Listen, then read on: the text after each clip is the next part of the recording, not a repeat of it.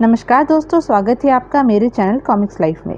शुरू करते हैं मनोज कॉमिक्स की एक और मज़ेदार कॉमिक्स, जादुई शीशे का रीच। मुझे यहीं पर बैठकर मुंजाल दैत्य के लौट कर आने की प्रतीक्षा करनी चाहिए। अतः मगन सिंह गुफा के द्वार पर ही बैठ गया। अभी उसे वहां बैठे कुछ ही देर हुई थी कि ओह, सामने से मुंजाल दैत्य उड़ा चला आ रहा है। मुझे सावधान हो जाना चाहिए, सोचकर मगन सिंह का हाथ तलवार की मुठ पर कस गया। जैसे ही उड़ता हुआ मुंजाल राक्षस गुफा के द्वार के पास उतरा। रुक जा नराधम, पहले मुझसे दो दो हाथ कर ले, तब आगे बढ़ना। कौन है रे तू? मुझे चुनौती देने की तेरी हिम्मत कैसे हुई? मैं हूँ तेरी मौत। हा हा हा, मूर्ख, मौत तो स्वयं मुझसे थर्राती है। देख नहीं रहा तू? चारों ओर एक से बढ़कर एक बलशालियों के नर कंकाल फैले पड़े हैं। ये सभी मेरे हाथों मारे गए हैं और तू है कि मुझे मौत का भय दिखा रहा है। हा हा हा। मुंजाल भयंकर अट्टहास कर उठा। उसकी हंसी से सारी घाटी कांप उठी। मुंजाल, तुझे अपनी ताकत पर बड़ा अभिमान है। तेरे इस अभिमान को आज मैं धूल में मिला दूंगा, कहकर मगन सिंह ने तलवार का वार मुंजाल दैत्य पर कर दिया। आह, देखा मेरी तलवार का वार कितना घातक है। मुंजाल ने पीड़ा से कराहते हुए हाथ में पकड़ी हुई युवती को पृथ्वी पर छोड़ दिया और मुंह फाड़कर मगन सिंह की ओर दौड़ा। जैसे ही वह मगन सिंह के पास आया, खचाक! आह! मुंजाल दैत्य के पेट से रक्त का फव्वारा फूट पड़ा। अब मगन सिंह उछल उछल कर मुंजाल दैत्य पर तलवार से वार करने लगा। हाय, मर गया रे! कुछ ही देर में मगन सिंह ने तलवार के वार से मुंजाल दैत्य को बुरी तरह घायल कर दिया। जब मुंजाल बुरी तरह घायल हो गया तो मगन सिंह ने मानवता की देवी द्वारा दिया गया जादुई शीशा निकाला और उसे आदेश दिया, जादुई शीशे, जल्दी ही मुंजाल दैत्य को मार दे। उसके ऐसा कहते ही दर्पण का रीछ घायल मुंजाल दैत्य की ओर दौड़ा। ओह, अब मेरी खैर नहीं है। मानवता की देवी का यह रीछ अब मुझे नहीं छोड़ेगा। तभी रीछ मुंजाल के सामने जा पहुंचा और उसने मुंजाल के चेहरे पर पंजे से झपट्टा मारा। आह! मुंजाल दैत्य भाग नहीं सका और कटे वृक्ष की तरह जमीन पर गिर गया। तब रीछ उसकी छाती पर जा चढ़ा। मानवता की देवी के रीछ, मुझे माफ कर दे, मुझे माफ कर दे। मौत को सामने देखकर दया की भीख क्यों मांग रहा है निशाचर? आज मैं तुझे जीवित नहीं छोड़ूंगा। कहते हुए रीछ ने मुंजाल दैत्य की गर्दन में अपने दांत कड़ा दिए। रीछ तब तक उसकी गर्दन में दांत कड़ाए रहा जब तक कि मुंजाल दैत्य के प्राण पखेरु न उड़ गए। तब रीछ मगन सिंह के पास आया। मुंजाल दैत्य का वध हो चुका है, अब मैं वापस मानवता की देवी के पास जाऊंगा। ठीक है। राजकुमार के हाँ कहते ही रीछ ने दर्पण में छलांग लगाई और अदृश्य हो गया। अगले ही पल, ओह, हाथ में पकड़ा दर्पण गायब हो गया। लगता है दर्पण मानवता की देवी के पास वापस पहुंच गया है। तभी मगन सिंह की तलवार में से आवाज आई, मगन सिंह, मेरा कार्य भी अब समाप्त हो चुका है। अब मैं भी धर्म के पास वापस जाना चाहती हूँ। ठीक है, तुम भी जा सकती हो। तब मगन सिंह के हाथ में पकड़ी हुई तलवार भी अदृश्य हो गई। अब मगन सिंह भय से कांपती हुई युवती के पास पहुंचा। उसे देखते ही वह भय से गिड़गिड़ाने लगी। मुझे मत मारो, मुझे छोड़ दो।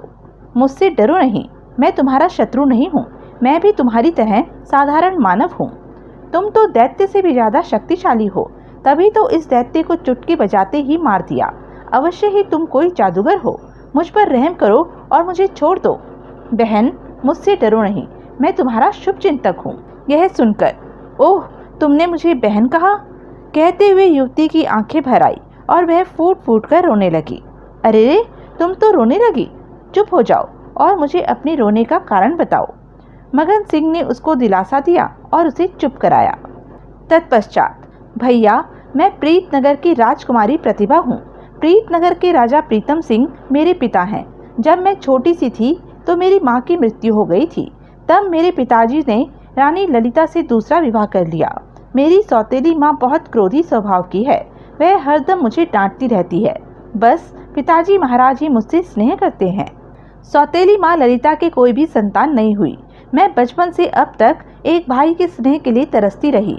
हर रक्षाबंधन पर जब मेरी सखियां अपने भाइयों की कलाइयों पर राखी बांधती थी तो मैं मन मारकर रह जाती थी। आज जब तुमने मुझे बहन कहा तो बरबस ही मेरी आंखें भर आई। मेरा ऐसा भाग्य कहाँ जो मेरे भी एक भाई हो। अपनी बात समाप्त करके राजकुमारी प्रतिभा ने ठंडी सांस छोड़ी उसके मुख पर निराशा फैल गई थी। उसकी यह अवस्था देख, राजकुमारी प्रतिभा, मैं दीपनगर का युवराज मगन सिंह हूँ। आज से मैं तुम्हारा भाई हूँ। आज के बाद तुम कभी भी भाई की कमी महसूस नहीं करोगी। सच भैया? हाँ प्रतिभा बहन, आज के बाद जब भी तुम पर कोई संकट की घड़ी आए मुझे याद करना ना भूलना, मैं तुरंत हाजिर हो जाऊंगा। ओ भैया, आज मेरी मन की मुराद पूरी हो गई है। आज मैं बहुत खुश हूँ। अच्छा प्रतिभा बहन, यह तो बताओ कि मुंजाल दैत्य तुम्हें कहाँ से उठा कर लाया था? तुम्हारी तलाश में क्या तुम्हारे घर वाले परेशान न हो रहे होंगे? भैया, आज पिताजी महाराज जब आखेट करने के लिए वन में जाने लगे तो जिद करके मैं भी उनके साथ हो ली थी। वन में ही मुंजाल दैत्य से हमारी मुठभेड़ हुई। मुंजाल दैत्य मुझे मुट्ठी में पकड़कर आकाश में उड़ गया और नीचे रथ में खड़े पिताजी महाराज चिल्लाते ही रह गए। और कोई तो मेरे इस प्रकार मुंजाल दैत्य के हाथों पड़ने से दुखी न हो रहा होगा। हाँ, पिताजी महाराज अवश्य मेरे वियोग में पागल हो रहे होंगे। वे मुझसे बहुत प्यार करते हैं। तो आओ, मैं तुम्हें तुम्हारे राज्य में छोड़ आऊं। चलो भैया, इस मनहूस जगह से मुझे फौरन ले चलो। तब मगन सिंह ने मृत मुंजाल दैत्य के सिर के सींग तोड़े और उन्हें अपने पास रख लिया। तत्पश्चात वह राजकुमारी प्रतिभा को साथ लेकर मेरुदंड पर्वत से नीचे उतरने लगा। संभल कर बहन, कहीं पाँव न फिसल जाए। पर्वत से नीचे उतरकर मगन सिंह ने पेड़ से अपना घोड़ा खोला और राजकुमारी प्रतिभा को साथ लेकर वहां से प्रीतनगर की ओर चल पड़ा। जैसे ही उन्होंने प्रीतनगर में प्रवेश किया, क्या बात है, राज्य में सन्नाटा सा छाया है। लोग भी उदास से नजर आ रहे हैं। राजकुमारी प्रतिभा का दिल किसी बुरी आशंका से धड़क उठा। तब उसने पास से गुजरते हुए एक आदमी को आवाज दी। उसकी आवाज सुनकर, राजकुमारी जी, आप जीवित हैं? हाँ, मैं जीवित हूँ, मुझे कुछ नहीं हुआ है। लेकिन तुम मुझे देखकर चकित क्यों हो रहे हो? और यह राज्य में सन्नाटा सा क्यों छाया हुआ है? क्या बात है? सुनकर उस आदमी ने बताया, राजकुमारी जी, महाराज आपके साथ आखेट करने के लिए वन में गए थे, लेकिन वन से वे अकेले ही लौटे थे। वन में उन्हें किसी जहरीले कीड़े ने काट लिया था, जिसके फलस्वरूप उनका सारा शरीर काला पड़ गया है और नाड़ी भी मंद चल रही है। इसी दुख से राज्य में सन्नाटा छाया हुआ है। हर आदमी महाराज की दशा देखकर दुखी है। राज्य के सब जाने माने वैद्य उनका इलाज करके हार चुके हैं। किसी की भी दवा से उन्हें कोई फायदा नहीं हुआ है। हर पल उनकी दशा बिगड़ती जा रही है। इस समय वे बेहोशी की हालत में हैं। बीच बीच में जब उन्हें होश आता है तो उनके मुख से एक ही बात निकलती है, मेरी बेटी को बचा लो। कोई राजकुमारी प्रतिभा को नरभक्षी मुंजाल दैत्य के पंजों से बचा लो। उस आदमी की बात सुनकर राजकुमारी प्रतिभा रोने लगी। प्रतिभा बहन, हिम्मत रखो। आओ, हम तुम्हारे पिताजी महाराज के पास चलते हैं। तुम्हें जीवित देखकर शायद उनकी अवस्था में कुछ सुधार हो जाए। तब वे दोनों राजमहल में पहुंचे। राजमहल में पहुंचते ही उन दोनों का सामना रानी ललिता से हुआ। उन्हें देखते ही, प्रतिभा, तुम कहाँ गुम हो गई थी और यह तुम्हारे साथ कौन है? माँ, मैं तुम्हारे सभी सवालों का जवाब दूंगी, लेकिन पहले मुझे पिताजी महाराज के पास ले चलो। सुना है उन्हें किसी जहरीले कीड़े ने काट लिया है। तुमने सही सुना है प्रतिभा, महाराज की हालत ठीक नहीं है। हर पल वे तुम्हें ही पुकार रहे हैं। तो जल्दी चलो माँ, मुझे उनके पास ले चलो। तब उन दोनों को साथ लेकर रानी ललिता राजा प्रीतम सिंह के कक्ष में पहुंची। ओह, पिताजी महाराज की दशा तो बहुत खराब है। सचमुच महाराज की हालत बहुत गंभीर है प्रतिभा बहन। यह प्रतिभा को बहन कह रहा है। कौन है यह? पिता की दशा देखकर प्रतिभा की आंखों में आंसू छलक आए। किसी तरह हिम्मत करके उसने कहा, पिताजी महाराज, आंखें खोलिए, देखिए आपकी बेटी सही सलामत वापस आ गई है। राजकुमारी प्रतिभा के कहने का जादू का सा असर हुआ। राजा प्रीतम सिंह ने तत्काल ही आंखें खोल दी और बोले, बेटी तुम? हाँ पिताजी महाराज, मैं आपकी बेटी। लेकिन बेटी, तुम मुंजाल दैत्य के पंजे से जीवित कैसे निकल आई? उसके कब्जे में आया कोई भी प्राणी आज तक जीवित नहीं बचा है। पिताजी महाराज, यह सब भैया मगन सिंह के कारण हुआ है। इन्होंने ही मुंजाल दैत्य से मेरी रक्षा की है। कहकर राजकुमारी प्रतिभा ने विस्तार पूर्वक सारी बात राजा प्रीतम सिंह को बताई। सारी बात सुनकर राजा प्रीतम सिंह के मुंह से कराह निकल गई। हाय, क्या हुआ पिताजी महाराज? बेटी, मेरे सारे शरीर में आग सी लगी हुई है। लगता है अब मैं बचूंगा नहीं। मेरा अंत समय आ गया है। ऐसा न कहिए पिताजी महाराज, आप जल्दी ही स्वस्थ हो जाएंगे। नहीं बेटी, झूठी दिलासा न दो। अब मैं बचूंगा नहीं। मुझे दुख तो इस बात का रहेगा कि मैं तुम्हें किसी भी प्रकार का सुख न दे सका। मुझे क्षमा कर दो बेटी। पिताजी महाराज, ऐसा न कहिए। राजकुमारी प्रतिभा ने घबराकर पिता का हाथ पकड़ लिया। तब राजा प्रीतम सिंह ने पास खड़े मगन सिंह से कहा, बेटा मगन सिंह, जब तुमने राजकुमारी प्रतिभा को अपनी बहन बनाया है तो मेरे बाद इसका ख्याल रखना। क्योंकि बेटी प्रतिभा तुम्हें अपना भाई मान चुकी है, इसलिए हमारी इच्छा है कि अब हमारी चिता को तुम ही अग्नि दिखाओ। महाराज, दिल छोटा न कीजिए, मैं बहन प्रतिभा का पूरा ख्याल रखूंगा।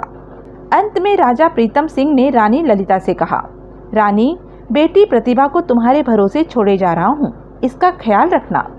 महाराज, मैं प्रतिभा की सौतेली माँ ही सही, पर आखिर हूँ तो इसकी माँ ही। भला कोई माँ अपनी इकलौती संतान को क्यों दुख देगी? मैं इसका पूरा ख्याल रखूंगी। कहते कहते रानी ललिता की आंखों में आंसू भर आए। तभी राजा प्रीतम सिंह ने एक हिचकी ली। हिच! तत्पश्चात राजा प्रीतम सिंह के प्राण पखेरु उड़ गए। हे राम! महाराज, पिताजी! ओह!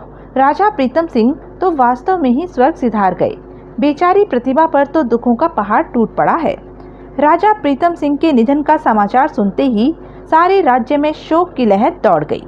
तब पूर्ण राजकीय सम्मान के साथ राजा प्रीतम सिंह की शव यात्रा निकाली गई।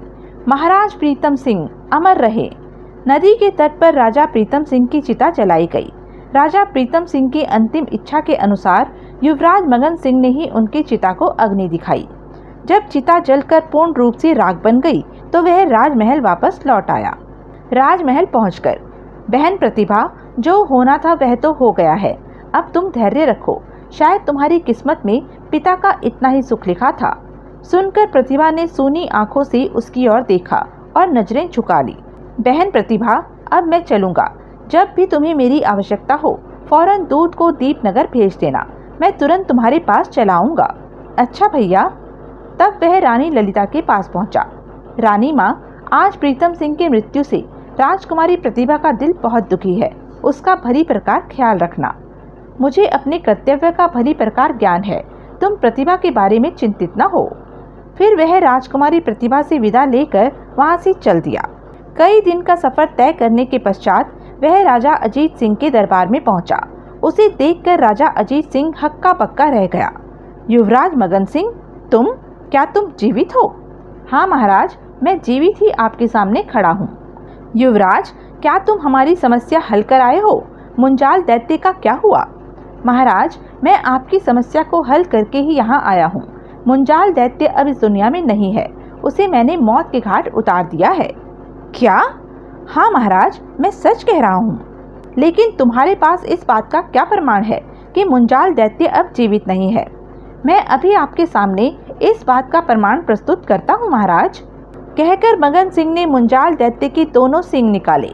महाराज, इन सींगों को तो आप पहचानते ही होंगे। ओह, ये तो मुंजाल दैत्य के सींग हैं। इसका मतलब है तुमने वास्तव में ही मुंजाल दैत्य को मार दिया है। मुंजाल दैत्य के सींग देखकर राजा अजीत सिंह हक्का बक्का रह गया था। उसे हक्का बक्का देखकर, महाराज, मैंने अपने वचन का पालन कर दिया है। अब आप भी अपने दिए वचन का पालन कीजिए और राजकुमारी माधवी का हाथ हमें सौंप दीजिए। क्या राजा अजीत सिंह ने युवराज मगन सिंह को दिया वचन निभाया? क्या राजकुमारी माधवी और युवराज मगन सिंह का विवाह हो सका? क्या रानी ललिता राजकुमारी प्रतिभा को मां का प्यार दे सकी? राजकुमारी प्रतिभा पर क्या क्या दुख आए? क्या युवराज मगन सिंह ने दुख में राजकुमारी प्रतिभा का साथ दिया? यह सब हम जानेंगे अपनी अगली कॉमिक्स आग के बादल में। तब तक के लिए बने रहें मेरे साथ। और हाँ, मेरे चैनल को लाइक, शेयर और सब्सक्राइब करना ना भूलें। और कमेंट करके ज़रूर बताएं कि यह वीडियो आपको कैसा लगा। धन्यवाद।